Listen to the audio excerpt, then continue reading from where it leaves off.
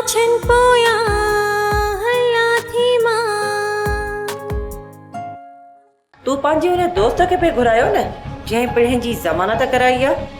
हाँ बिल्कुल उनखे ई घुराए पई, छो त उन असां ते एहसान कयो आहे। त छा खेसि उन एहसान जे बदिले में असां तोखे खेसि परणाए ॾियो? न, असांखे परणाए जो न, सॼी ज़िंदगी पाण वठी थी विहारे रखजो। इहा ई प्लानिंग आहे न तव्हांजी या न?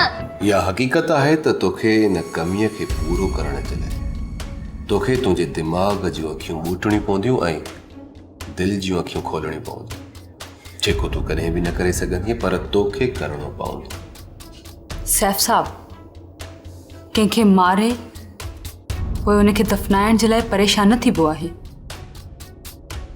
तूं अॻे ई मुंहिंजे सभिनीनि जज़्बनि खे मारे छॾियो हो, हाणे उन्हनि खे दफ़नाइण जे लाइ इहो सभु कुझु करे रहियो आहीं। अवां मिस साइमा रहीम आहियो न, नामियारे कहाणीकार मिस्टर अब्दुल रहीम जी लाडली थी।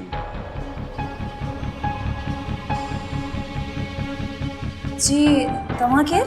तव्हांजो पीउ हिकु करप्ट ऐं रिश्वत वठंदड़ माण्हू आहे। मां ई उहो माण्हू आहियां जंहिं तव्हांजे पीउ जे ख़िलाफ़ दरख़्वास्त कई आहे। मुंहिंजो नालो त तव्हांखे यादि हूंदो न, अरसलान मुंहिंजो नालो। What nonsense! तुझी हिम्मत कीअं थई मुंहिंजे साम्हूं अचण जी? ऐं तूं मुंहिंजे पीउ खे ईअं पियो चवीं? ड्रामा सीरियल पाछन पोयां जा तमाम एपिसोड्स ॾिसो HD क्वालिटी में। विजिट करियो असांजो YouTube चैनल सिन TV HD ड्रामा।